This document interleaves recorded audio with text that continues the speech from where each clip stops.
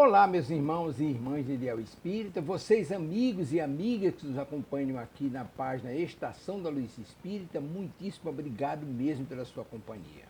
A nossa página Estação da Luz Espírita não tem fins lucrativos, o objetivo é a divulgação da doutrina espírita. E é por isso que nós reunimos aqui esta sede de matérias espíritas para que possa atender às suas necessidades, estudo, lazer, pesquisa. Você encontra aqui na nossa página Estação da Luz Espírita os livros da codificação, obras suplementares, entrevistas, palestras e os programas da Web Rádio Estação da Luz de Natal e Web Rádio Cristo Consolador de São Paulo. Ou seja, um acervo que atenda às suas necessidades, sem fins lucrativos. O objetivo é a divulgação da doutrina espírita. E agora eu convido você para nos acompanhar na reprodução de mais esse trabalho imperdível. Muito obrigado mesmo pela sua companhia e vamos juntos!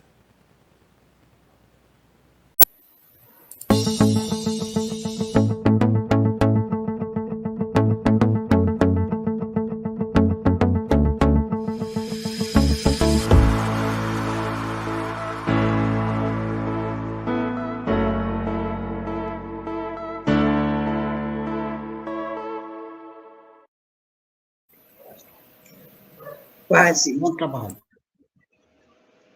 Quase. Vamos lá, ainda não entrou.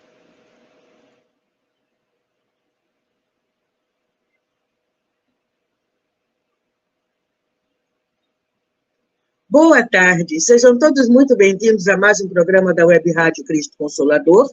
E hoje nós temos a continuidade desse livro maravilhoso, Asas da Liberdade, e romance com conteúdo.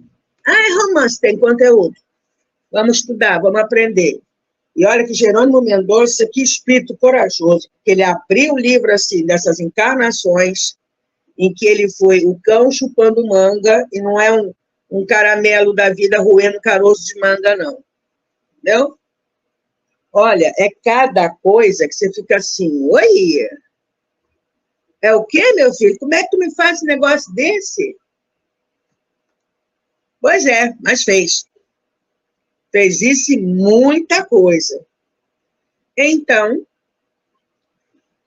para a gente começar bem, vamos fazer a nossa prece? Graças a Deus. Gratidão, Senhor Jesus. Mais material para o nosso estudo, mais material para o nosso crescimento espiritual, mais aprendizado através das vivências que Jerônimo Mendonça tão corajosamente coloca para nós nesse livro. Gratidão. Gratidão, Senhor Jesus. Gratidão a Ele também. Mãe Maria, amiga, confidente e conselheira, obrigada por já ter nos recomendado nas bodas de Caná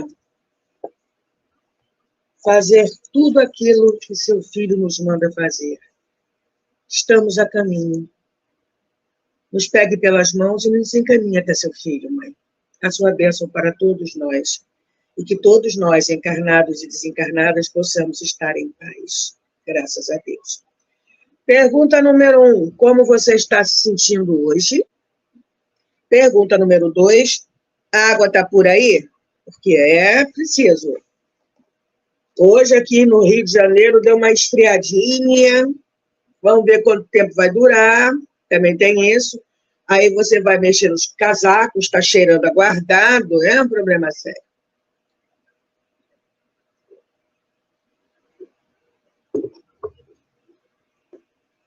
Vamos lá. Nós paramos na seguinte, mais ou menos aqui, ó. Ciro II morreu. E, antes de morrer, passou a coroa para Cambises. Encarnação de Jerônimo Mendonça.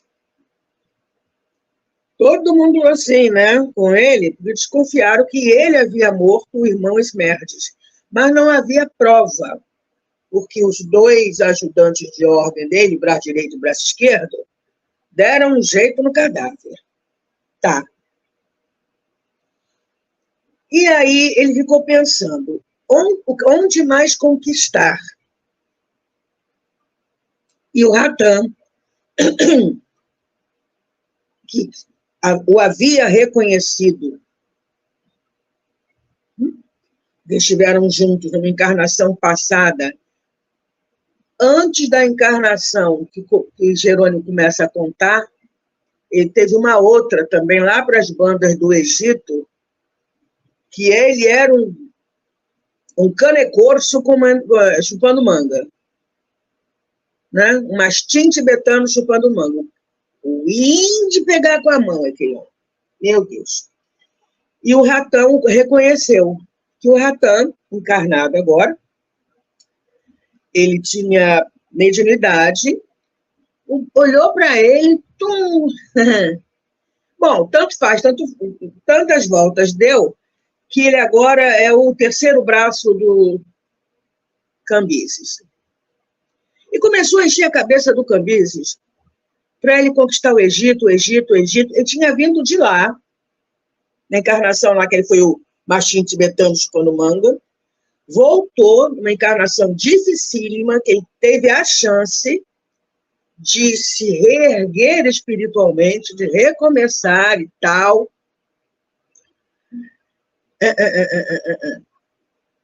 E depois disso foram só reencarnações complicadas. E aí, essa como filho de Ciro II, imperador da Pérsia. O poder, de novo, nas mãos. Mas a gente não muda de uma hora para outra, né? Então, está ele lá.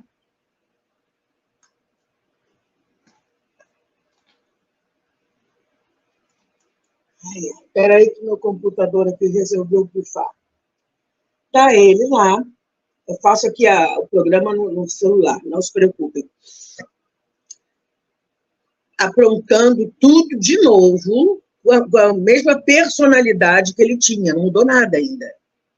E aí a gente para pensar em como foi Jerônimo Mendonça, que a gente conhece, a gente olha aqui, né, essa história de quando ele foi Cambises, aí você fala assim, não creio. Pois é, pode acreditar.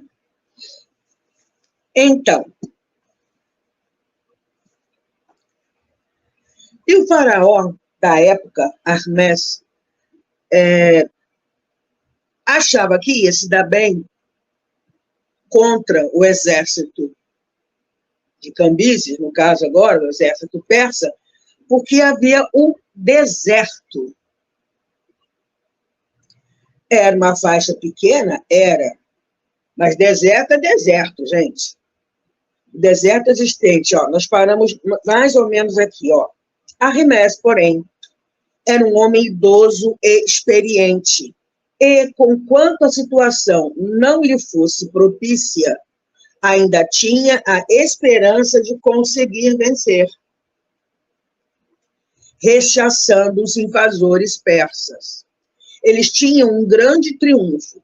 Hermes sabia que o deserto era um aliado poderoso e confiava no deserto existente entre Gaza e o território egípcio, uma faixa que não era grande, mas que se mostrava um terrível adversário para os que não estivessem habituados às suas peculiaridades. A temperatura extremamente elevada, 40 graus durante o dia, e o inverso à noite, né? O que tornava esses 40 graus, o que tornava as areias tórridas, 40 graus para cima, tá? Estou botando 40 graus e a gente... muito mais. Habituados às suas peculiaridades, a temperatura extremamente elevada, o que tornava as areias tórridas e difíceis de suportar. Suas tempestades de areia, que impediam toda a visão, desnorteando os viajores. Além disso, era região árida em excesso, que provocava a morte com rapidez. Então, o faraó, do momento, estava contando com isso. Ele vai dar conta desse trem, não. Vai passar aqui, não. Mas não vai mesmo. Ele não vai conseguir. O exército persa teria que enfrentar esse inimigo implacável por muitos dias, desgastando-se na travessia, se conseguisse sobreviver, para enfrentar o contingente egípcio, que o aguardaria no final do trecho, descansado e resoluto.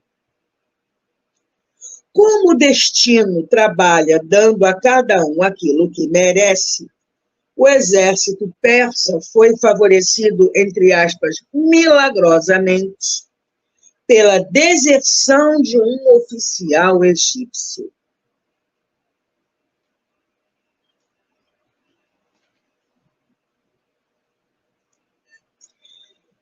E aí começamos hoje.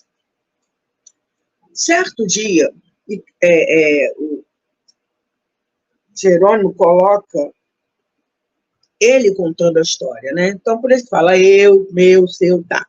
Certo dia, chegou ao nosso acampamento um grupo de nômades do deserto, liderados por um mercenário que se apresentou como oficial do exército egípcio. Será? Sei não. Sua finalidade, afirmava o chefe do bando, era oferecer seus préstimos ao imperador persa. Aí tem.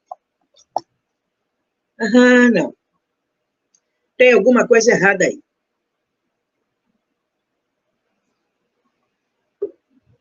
Mas vamos ver. Encontrava-me, nesse momento, entretido em minha tenda com generais, conselheiros e oficiais mais graduados. Recostados em macias almofadas, comíamos e bebíamos, conversando descontraídos. No fundo, temíamos a faixa de deserto que iríamos enfrentar, mas nos tranquilizávamos, jactando-nos de estarmos acostumados ao deserto. Gente, não é bem assim, não. Eles eram um povo rude, né? Conquistaram várias terras e tal, mas nada que se compare ao deserto mesmo. Ok. Um dos guardas de plantão avisou Malek, que é um dos braços dele, né? Direito ou esquerdo, sei lá, vocês escolhem. Avisou Malek, que imediatamente comunicou-me a presença de estranhos no acampamento. O que fizeste? Inquiri. Estão presos, senhor, aguardando tuas ordens. Já os teria matado. Contudo, insistem em falar contigo, alegando importante contribuição para o exército persa. O que faremos, majestade?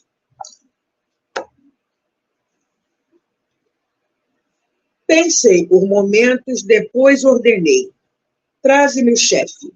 Cuida, porém, para não caíres em alguma cilada.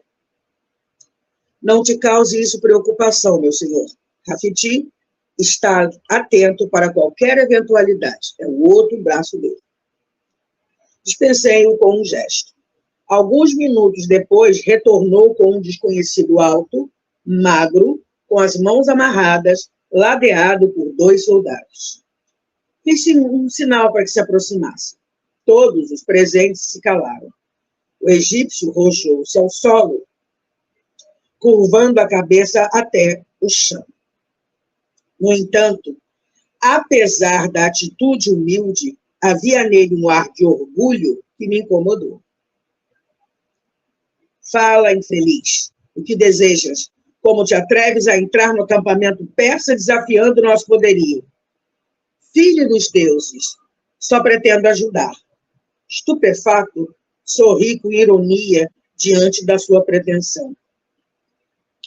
Ajudar Cambises, o imperador da Pérsia. Por que farias isso? Indaguei. Tenho minhas diferenças com o faraó Ahmes e desejo a vitória do teu exército. Petulante. O que me garante que não me trairás como fazes agora com teu soberano? Boa pergunta. O que me garante?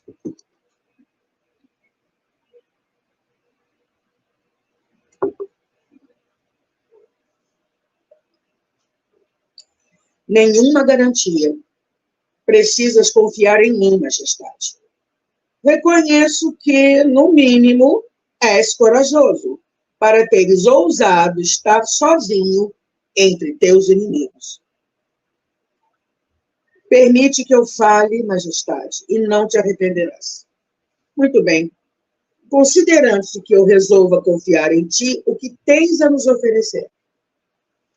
O egípcio respirou mais aliviado.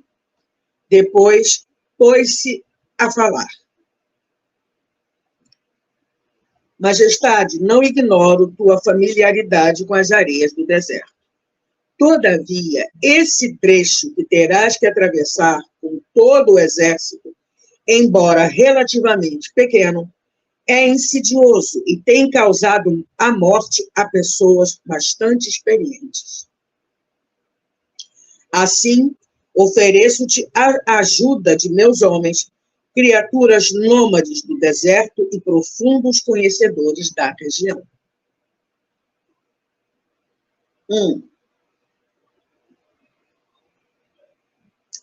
Relanceei o olhar pela tenda, abarcando a todos os meus homens que ouviam perplexos.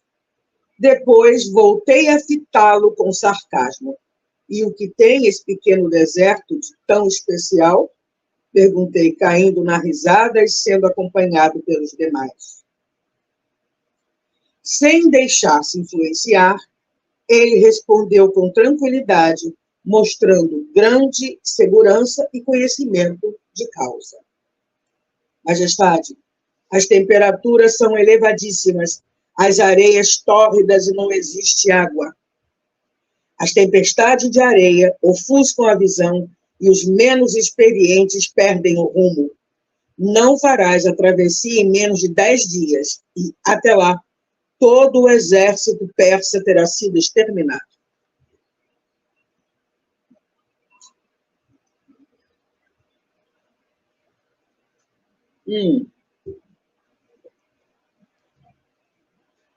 Deixando de rir, fiquei sério. Um silêncio estranho se fizera na tenda. Se esse egípcio falasse a verdade, teríamos um problema grave a resolver. Então, lenta e sutilmente indaguei. Como esperas nos conduzir para que cheguemos sãos e salvos ao final do percurso? Mais animado,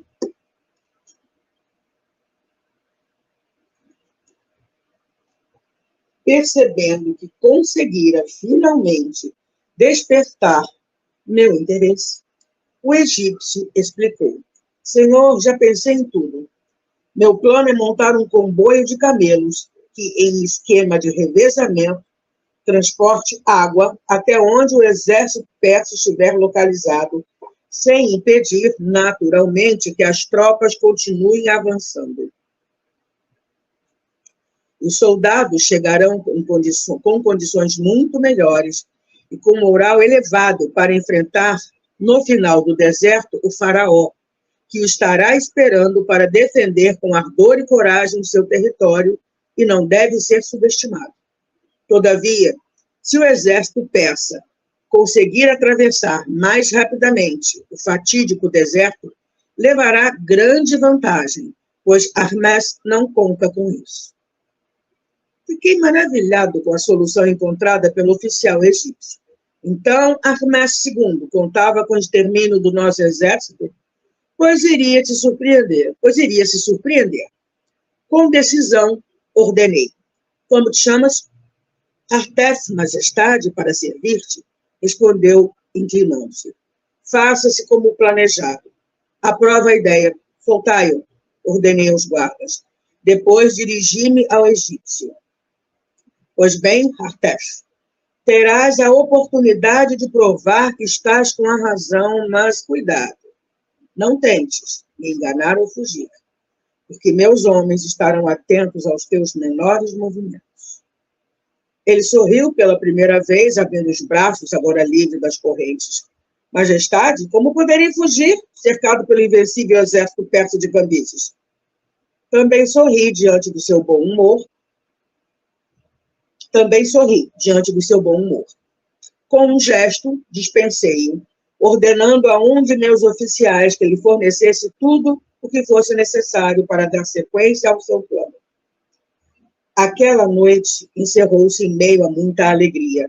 Já considerávamos ganha a batalha contra o Egito.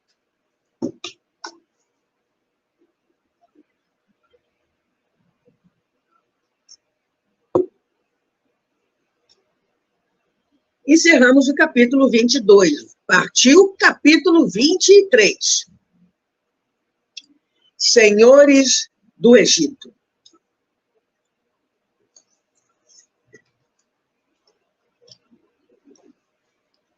Orgulhosos e confiantes, após os preparativos necessários para dar sequência ao plano do oficial egípcio, o exército persa prosseguiu no trajeto rumo ao seu destino. As dificuldades eram imensas, os obstáculos quase intransponíveis, e os problemas com o contingente surgiam vez por outra, obrigando-nos a uma parada de modo a resolvê-los. Fomos beneficiados, porém, por um fato inesperado. O velho faraó Hermes II, no dia anterior ao ataque, subitamente ficou doente e morreu, deixando o exército egípcio desarvorado. O sucessor de Hermes II, seu filho Psamético, era jovem e inexperiente. Assim, o novo faraó e comandante do exército egípcio, Psamético III, foi obrigado a enfrentar como primeira ação do seu governo um grande desafio, a ameaça persa.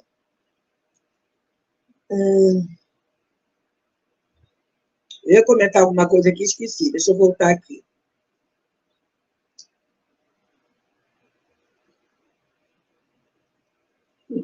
Pois é, bem, ou não. Para ser justo, devo dizer que, apesar de sua falta de experiência e de conhecimento de estratégias bélicas, agiu corretamente. Quando nosso exército emergiu do deserto, eles nos esperavam desafiadores, prontos para o ataque. Os carros de combate enfileirados brilhavam ao sol. Essas bigas, puxadas por 2 cavalos, estavam ocupadas pelo condutor, portando armadura e capacete, e segurava as rédeas, um arqueiro e um lanceiro, além de um ajudante para suprir as necessidades dos demais em combate. O faraó vinha num desses carros, incentivando os soldados à luta. Depois, os pelotões da infantaria. Lembrei o que eu queria falar. Esse livro é interessante porque a gente acaba tendo aula de história junto, né, com a história espiritual de Jerônimo Mendonça. A gente tem aula de história mesmo, que a gente aprende na escola. Mas com esses detalhes,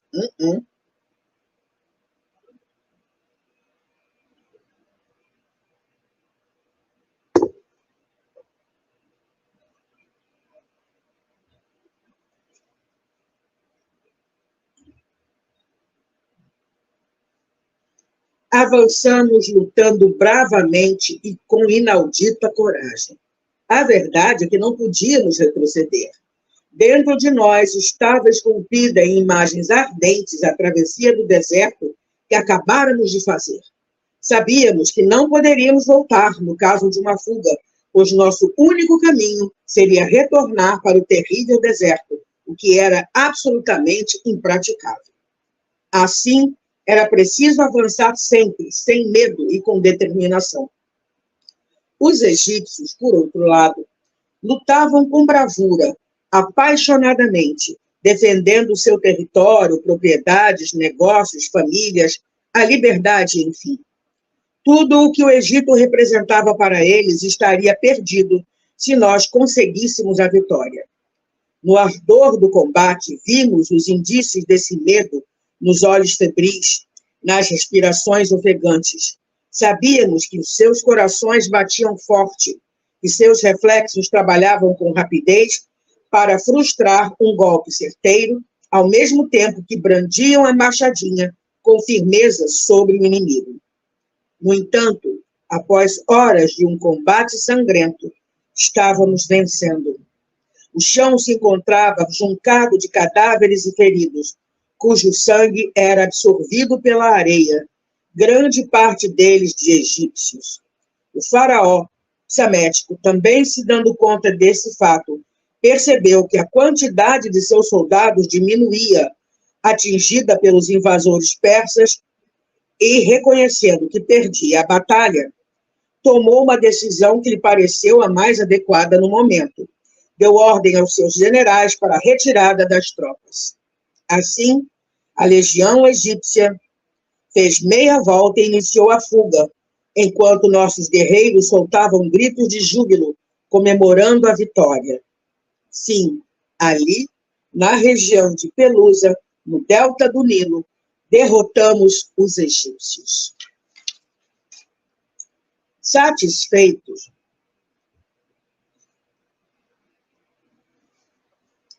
dei ordem aos nossos generais para prosseguirmos no encalço deles. Agora, mais do que nunca, precisávamos aproveitar a fragilidade do inimigo. Com ânimo novo e entusiasmo redobrado, saímos em perseguição do exército de Psamético, que buscou a segurança na capital, Mênfis, onde se trancou, preparando-se para resistir ao cerco persa.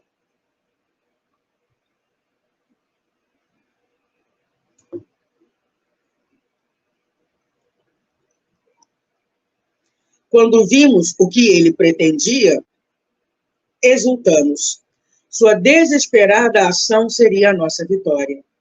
O exército persa estava acostumado a vencer pelo cerco, o que já tinha provado sobejamente em outras oportunidades. Sabíamos como fazê-lo. Além disso, como estratégia de guerra, era regra básica que acuar-se numa fortaleza só fazia sentido em duas hipóteses. A primeira, na falta de outra opção mais apropriada, preparando-se de antemão para essa eventualidade por meio do estoque de larga provisão de víveres, de água, de armazenamento, de armamentos e tudo o mais que fosse necessário para resistir a um cerco, cuja duração era imprevisível. A segunda, se houvesse a esperança de socorro vindo de fora, caso em que os sitiados procurariam resistir até a chegada de reforços. Diante da atitude do faraó, porém, nos alegramos e comemoramos. Sabíamos perfeitamente que Psamético não poderia contar com reforços de fora. Nenhum povo se arvoraria em prestar-lhe ajuda contra a legião do todo-poderoso Império Persa. Quanto ao resto do país, as outras cidades não tinham como mobilizar um socorro, visto que todo o exército estava ao lado de Psamético, sitiado em Mênfis, e o povo egípcio não possuía armas nem condição para enfrentar os persas. Dessa forma, só lhe restava entregar-se ou morrer com toda a cidade. Não teriam comida nem água por muito tempo, por não terem se preparado para essa eventualidade, e certamente não deixaríamos que nada nem ninguém entrasse ou saísse da cidade.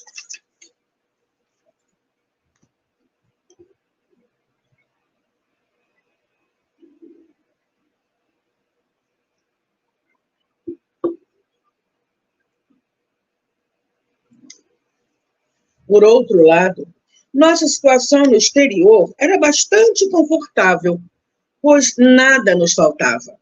Como gatos a brincar com ratos, montamos acampamento a uma distância que nos permitisse ficar fora do alcance de suas armas, mas próximo o suficiente dos muros para controlar o isolamento da grande cidade. E nos dispusemos a esperar. À noite acendíamos fogueiras e conversávamos ao redor delas, sem pressa. Cantávamos e dançávamos, bebíamos e nos regozijávamos, aguardando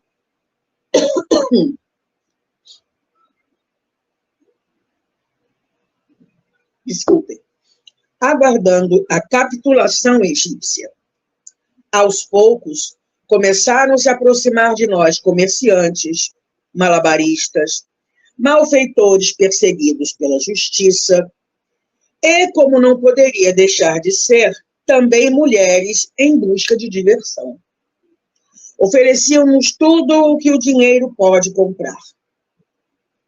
Essa parcela do povo egípcio não estava preocupada com a guerra em curso.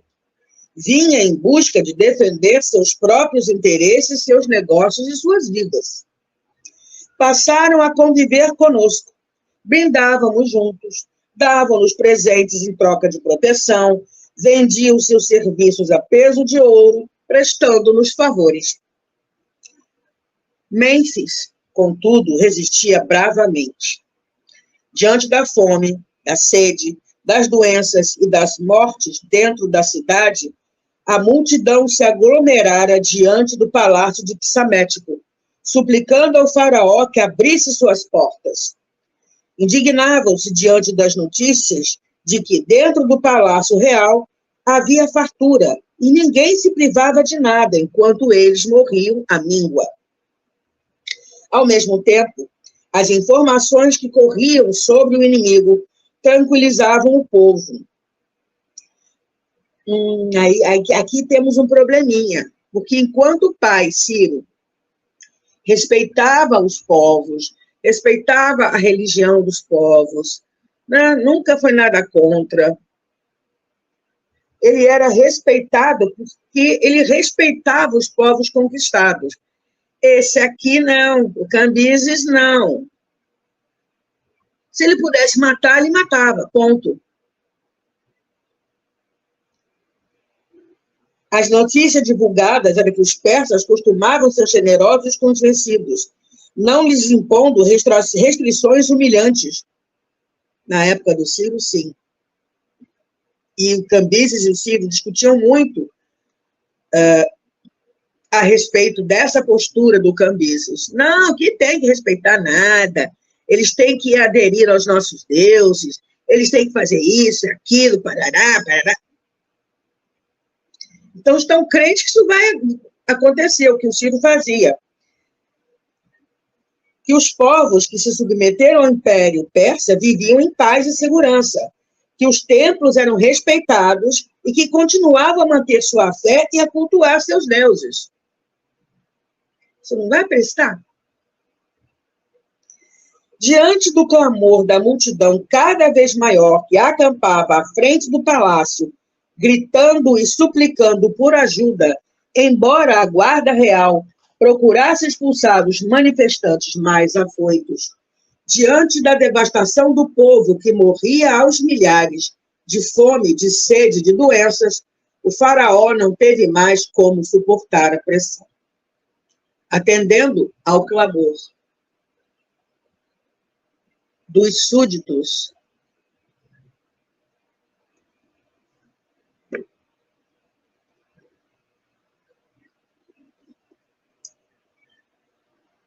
Psamético III acabou se rendendo diante da nossa persistência. A entrada triunfal do exército vencedor na cidade de Mênfis foi um acontecimento retumbante. Quando os grandes portões se abriram, o desfile persa encheu os olhos dos egípcios maravilhados.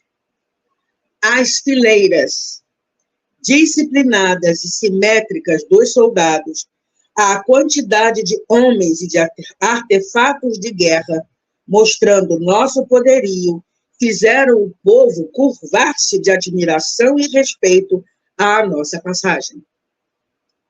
De nossa parte, estávamos perplexos. A grandeza, a magnificência e o luxo das construções, dos templos e dos palácios egípcios era algo jamais visto.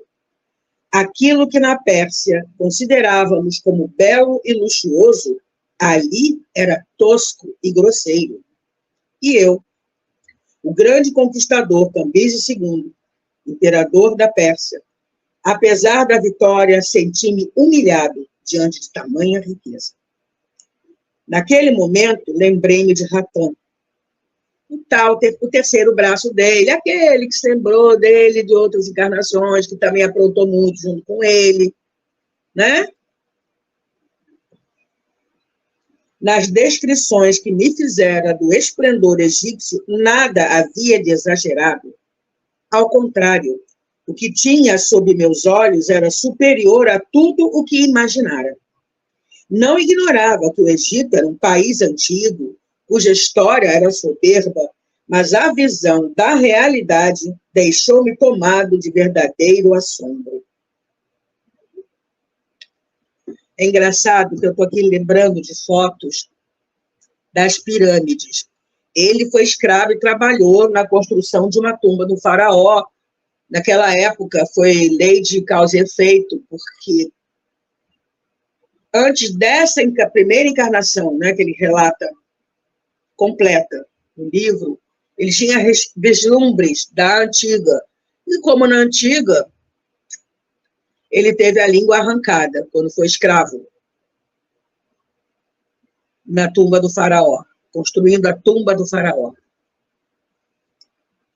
E aí eu olho para aquelas pirâmides, né? O pessoal faz o turismo e tal, eu fico imaginando a psicosfera lá de dentro, gente. Vamos combinar que os escravos morriam, eram jogados de qualquer jeito, empilhados uns sobre os outros, na vala comum. Todos eles tinham as línguas arrancadas e para que não contassem o que estava sendo feito, né? Como as tumbas estavam sendo construídas, era um labirinto. Quem trabalhava lá dentro não sabia se era dia, se era noite, que data era. O chicote comia solto.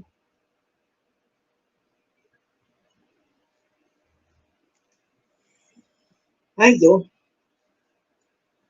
Vamos continuar aqui, que ainda faltam uns minutinhos. Tem 10 minutinhos aqui, deixa eu ver se dá para fechar esse capítulo. Não.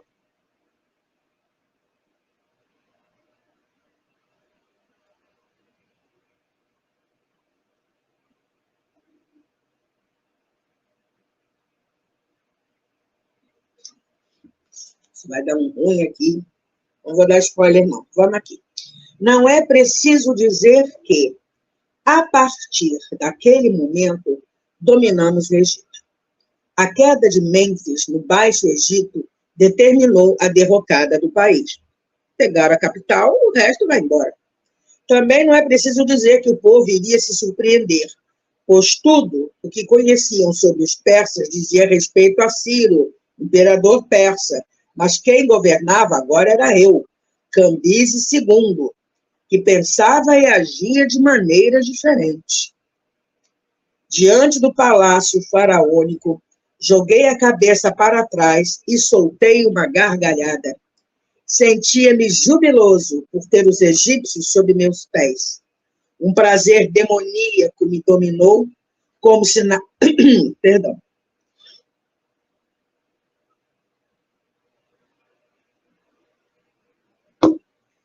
Como se aquele momento representasse uma vingança ardentemente aguardada por fatos acontecidos no passado.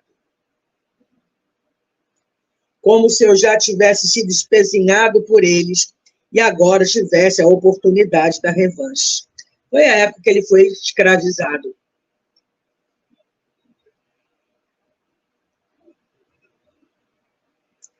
Olhei para os lados e notei Ratã, que, no meio da minha guarda pessoal, fitava-me sorridente, de cabeça erguida.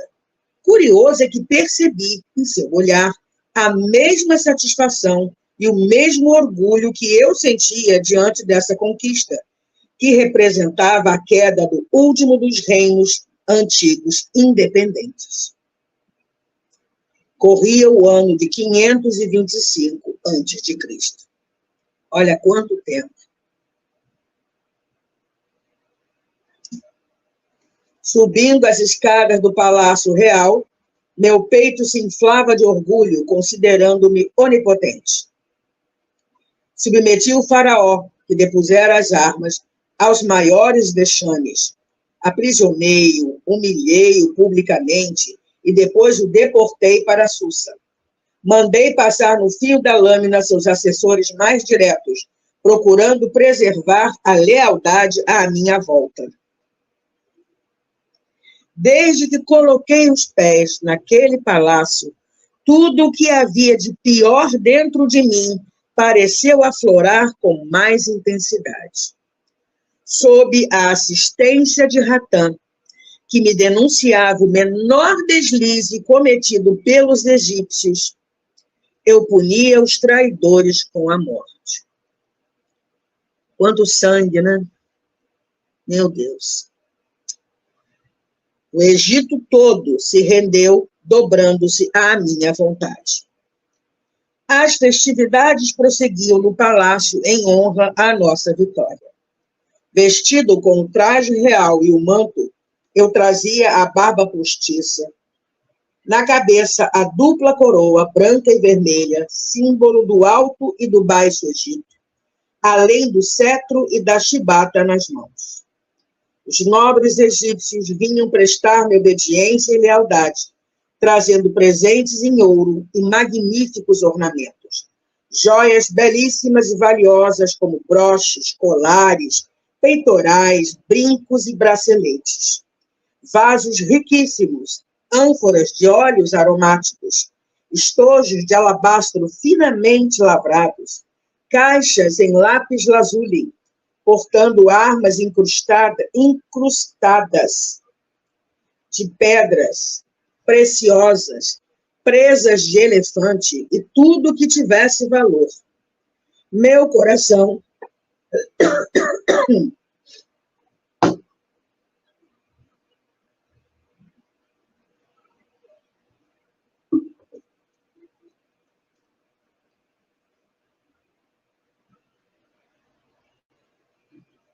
Meu coração fervia de entusiasmo, julgando-me um Deus. Afinal, além de meus muitos títulos, acumulava agora também o de Faraó, do Alto e Baixo Egito. Adotei como nome de trono Mesut-i-Ire, que significava descendente de Ra. Nesse período, comecei a notar entre Roxana e Dario, agora meu amigo, indícios de uma relação mais íntima. Interceptava olhares trocados entre eles, sorrisos e gentilezas que me faziam ferver o sangue. O ciúme, aplacado com o desaparecimento de Esmerdes, o próprio irmão, ele achava que o filho que a esposa estava carregando não era dele, era de Esmerdes, nada a ver. E Dario, se eu não me engano, era um irmão dele também. Porque era o seguinte, vamos lembrar, haviam muitas concubinas. E a Roxana, por exemplo, era irmã dele, filha do rei Ciro com uma concubina.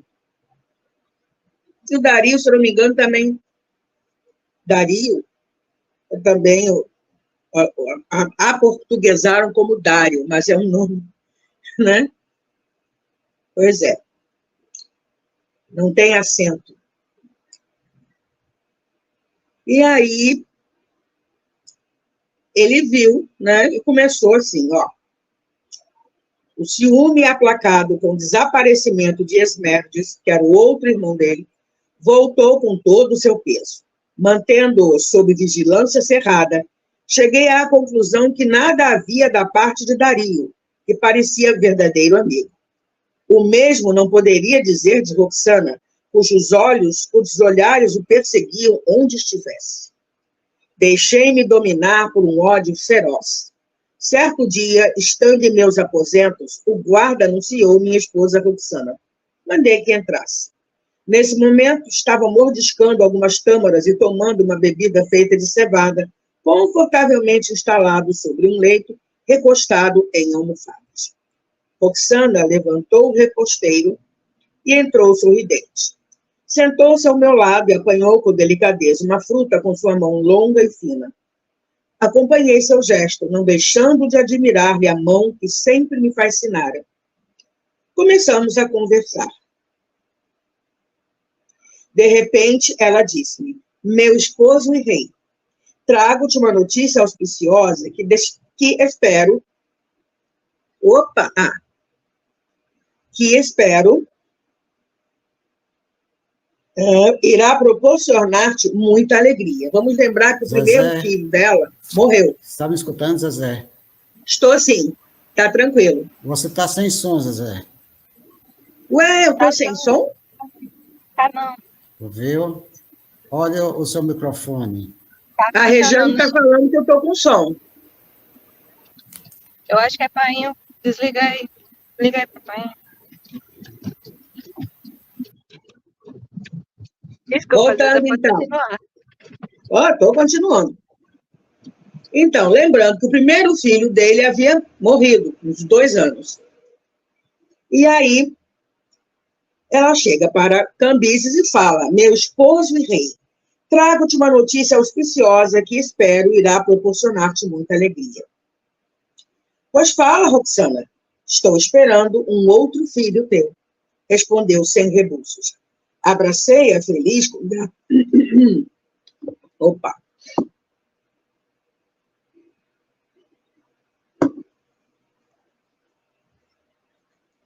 Abracei-a feliz, congratulando-me com ela. Sim, querida Roxana, a notícia que me trouxeste é verdadeiramente digna de comemoração. Vamos anunciar à corte a chegada do meu herdeiro. Faremos festas por 3 dias para homenagear o novo rebento. Para quando aguardas a chegada do nosso filho? Ela respirou fundo, sorriu e informou-me. Não fiques tão ansioso, Cambises. Minha gestação deve estar por volta do 4º mês ainda. O bebê demorará a nascer. Sentia-me orgulhoso pela vinda de um herdeiro, mas estranhei a demora de Roxana em me comunicar o fato e a inquiri severo. Por que não me anunciaste antes do evento, deixando correr tantos meses? O sorriso desapareceu de seu belo rosto enquanto me dizia: conheço tua vontade de ter um herdeiro e queria evitar que te frustrasses diante de um alarme falso. Agora, tenho a certeza. Sinto a vida pulsar dentro de mim. Não importa, Roxana. Desde que venha com saúde e cresça para ser o futuro imperador persa, já estou satisfeito. E se for mulher, meu querido? Não. Será homem, tenho certeza. Notei que Roxana ficou um pouco pensativa, mas continuamos a conversar, trocando ideias sobre nossa vida ali no Egito. No entanto, algo aconteceu naquele momento que me tirou a paz daquela hora. Logo em seguida, Roxana contou-me que cruzara com Dario no corredor e que este, ao saber que ela se dirigia aos meus aposentos, mandara-me votos de uma vida feliz e cheia de saúde. Paramos aqui hoje.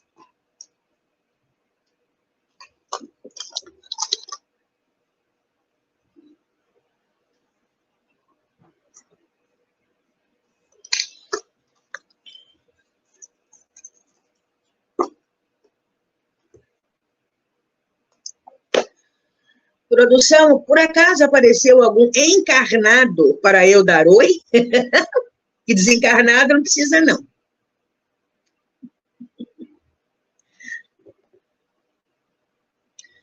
Partiu pressa, então. Vamos lá. Graças a Deus. Pai, obrigada pela nossa imortalidade e por todas as oportunidades que nós temos, graças a seu acréscimo de misericórdia, de recomeçar e ficar em paz com as suas leis, com a nossa consciência. Gratidão a Jesus, caminho, verdade e vida, que nos leva até o Pai, através de seus ensinamentos. Gratidão, Senhor Jesus. Ainda precisamos tanto de Ti. Continue conosco. Gratidão a Maria, mãe, amiga, confidente e conselheira. que nos pega pelas mãos e nos leva até seu Filho. Gratidão aos amigos espirituais que nos ajudam nessa caminhada e gratidão a Jerônimo Mendonça pela sua coragem em nos relatar a sua história de vida. Que todos nós, encarnados e desencarnados, possamos estar em paz. Graças a Deus. Acabou meu tempo. Até sábado que vem, com a continuação dessa história. Gratidão por ter estado aqui comigo. Fique bem. Tchau. Chegamos ao final da nossa atividade. Muitíssimo obrigado mesmo pela sua companhia e espero você no próximo evento.